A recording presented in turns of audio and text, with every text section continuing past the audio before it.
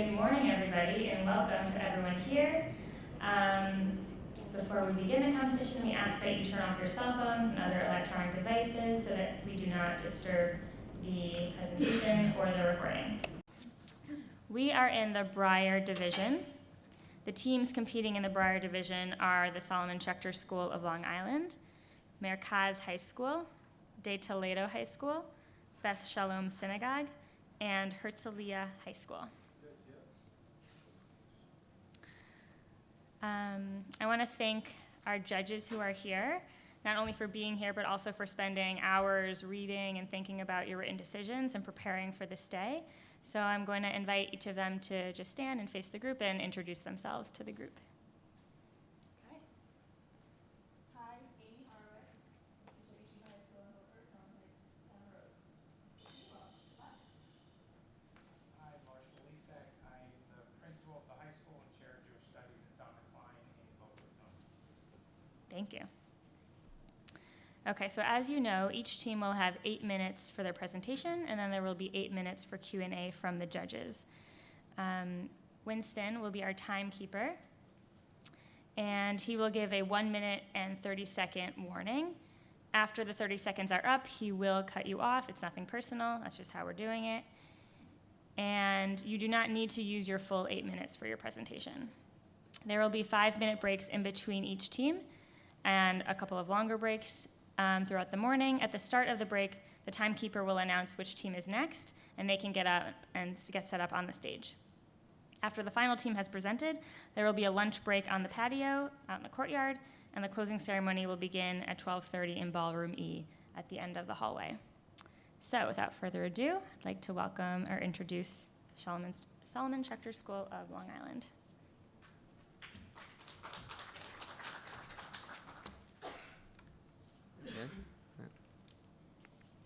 Leib is a 65-year-old widowed man with Alzheimer's that developed 10 years ago with no hope of improvement.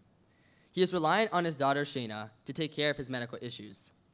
6 days ago, Leib suffered a major heart attack, which resulted in heart failure. Now, he cannot breathe without an IABP.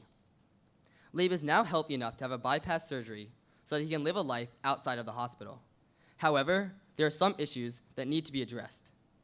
There's a 25 to 30% chance that, during the bypass surgery, Leib will die. However, if he survives the surgery, there's a 60 to 70% chance of him living a normal lifespan with Alzheimer's.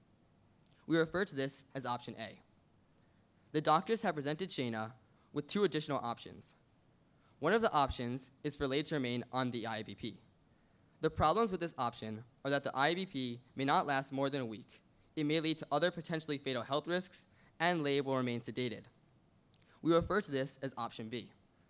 The other option, option C, is to remove the IABP and treat Leib's heart disease with medication. Should Shayna choose this process, there's a 50% chance that Leib will die within 2 months. Leib will be awake, but will be unable to leave the hospital and will suffer immense pain from his heart disease. We come as the Schechter School of Long Island Moot Beit Din team to adjudicate the following issues. According to Jewish law, which of these options is Shayna allowed to approve? Is there an option that she must approve? And if she is allowed to choose multiple options, what guidance would we give to Shayna? With all this in mind, we have come to the conclusion that both options A and B are permissible, while option A is highly recommended, but option C is not permissible.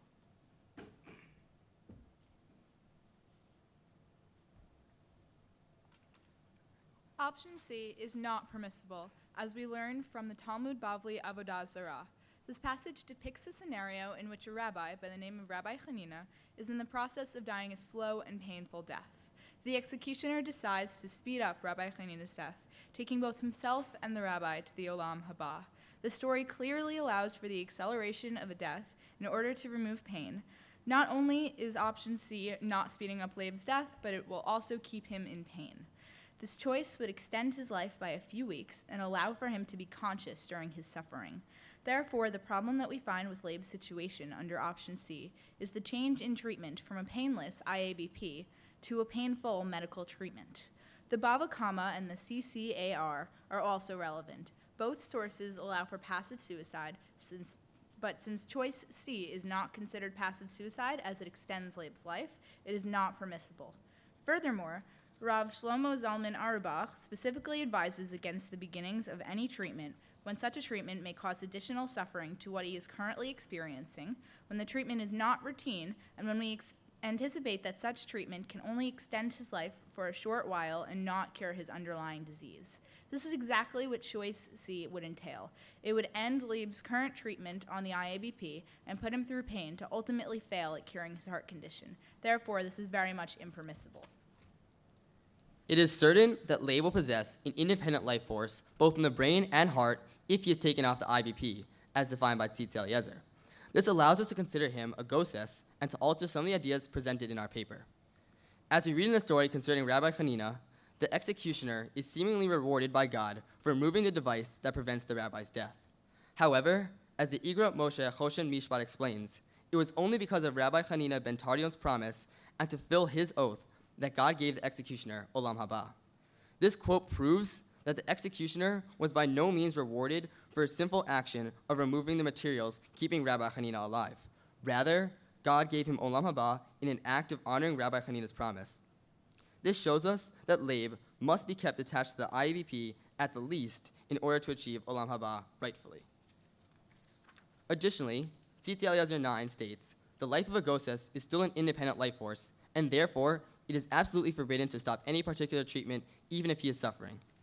As we have already established, while Leib may not be living an independent lifestyle, he is considered an independent life force because both his heart and brain will function without the IABP. Therefore, we may not remove the IABP or stop any treatment of Leib because doing so would not speed up his departure to Olam Haba or help him live a healthier life. This message is echoed by Rav Shlomo Zalman Auerbach, who says, it is also forbidden to withhold any of these treatments when the purpose of withholding treatment is to enable a speedier death. Leib's doctor, as well as Shayna, has an obligation to extend Leib's life through treatment such as the IABP. They are forbidden to remove the IABP in order to speed up Leib's death. Therefore, choice B is a sound and completely valid choice for Shayna. While we do not advise this option because it subjects Leib to many other fatal risks and it prevents any moments of possible joy or happiness in Leib's life, it is permissible based on halachic law. Now we turn our attention to option A. The Talmud continues to explain this point through the means of a hypothetical story. If a structure falls down on a man during Shabbat and he might be alive, you are obligated to lift the structure. If the person is dead, of course, we should not lift the remains and break Shabbat. Therefore, we can equate Leib's surgery with the structure. Shayna is not sure whether or not Leib will die due to the surgery, but it gives Leib a chance at life. Therefore, she must lift the structure. We are fully certain that Leib will die without medical intervention, so based on the decision in the Talmud, it is a requirement to pursue the surgery. According to the Torah, if a person is near death, it is a mitzvah to try to heal and hopefully save the person. If the person dies while he is being helped, the caretaker is not a sinner. This source supports choice A because it talks about the importance of saving someone's life. The surgery would be a high risk to Leib, but Shayna and the doctors are not sinners if Leib dies on the operating table. Physical pain, which Leib will undoubtedly suffer under option C, can be more detrimental to surgery. According to Rabbi Auerbach, we need to rid someone of pain no matter what the end result is. Shayna's main responsibility is to relieve Leib's pain no matter what happens as a result of the operation. God will have mercy on Shayna and the doctors. According to an article written by Rabbi Chaim Jasher, a surgery shall not take place if the risk is over 50%. In our case, the risk is 25 to 30%, so there is no denying that the surgery can take place. Based on our understanding of the given Jewish laws, we have decided that option C is not permissible, but option A and B are. Sources such as Avodah Zarah and the CCAR have proven that under the conditions of option C, Leib's life will be longer and full of pain. Because Leib can be considered a goses with an independent life source, the Tzitz Eliezer and Rav Shlomo Auerbach teach us that Shayna must continue treating Leib and keep him connected to the IBP. In addition, the Igra Moshe Choshen Mishpat explains to us that the way for Leib to get to the Olam Haba is by not removing the IBP. We acknowledge the negatives and complications that are associated with option B, which is why we, as the Schechter School of Long Island at Moot Beit Din, advise Shayna to choose option A. Option A is the only option that allows Leib to experience a possible life filled with moments of joy and happiness, as well as a chance to do more mitzvot. Under this condition, he has a good chance of survival and will be able to live out the remainder of his life with his loving daughter, Shayna. Finally, if these reasons are not enough, both the Torah as well as the Talmud teach us that saving a life is the ultimate mitzvah, and we are required to not stand by idly while our loved one is suffering. Thank you. Toda Rabah.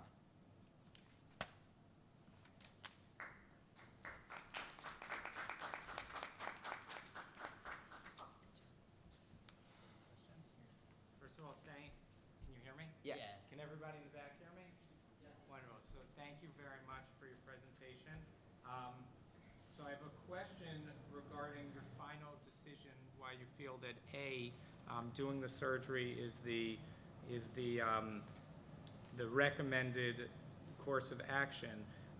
If you are defining him as a goses, which means that he's in that process of already dying, I'd like to hear more about why you are not saying let the process continue, and you are saying go ahead with surgery.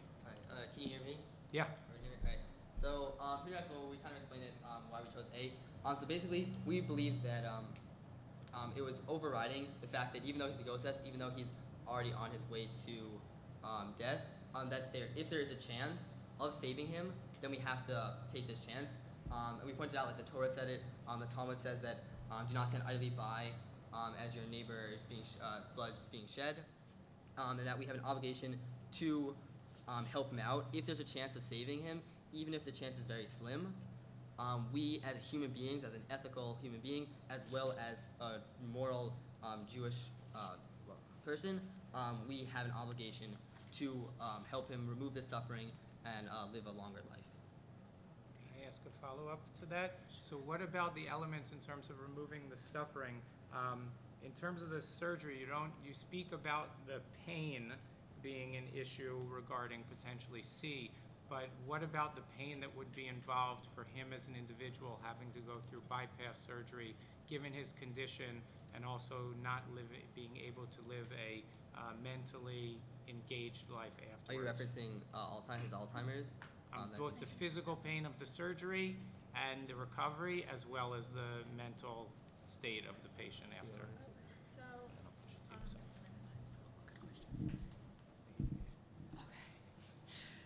So essentially, in choice C, there are a lot more issues of while he's on the medication, he could potentially get feverish, he could be experiencing a lot more pain in different regards.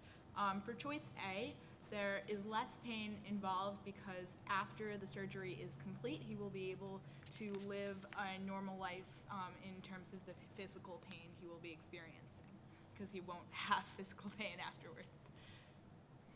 Does that answer your question? We're hoping that, like the surgery, the bypass surgery, that even though there are the pain you might feel pain during the surgery, we believe that after the surgery, he might be tired or like that, but after surgery, he'll be able to live a life outside of the hospital. We took that to mean that he wouldn't experience pain anymore because he'd be able to live a life without someone monitoring him the whole time. We're going to pass it over to my partner, but I would suggest that there is a lot of pain in open heart surgery, bypass surgery, and in the after effects of surgery as well. Well, I think that he's going to be able to recover after the surgery, and it's going to enable him to do more mitzvot and live a fulfilling life, which is going to, it's not going to be so much suffering, because he's going to be able to live out his full life and be with his loving daughter and be able to fulfill the rest of his life to do more mitzvot, which he's been placed on the earth to do so.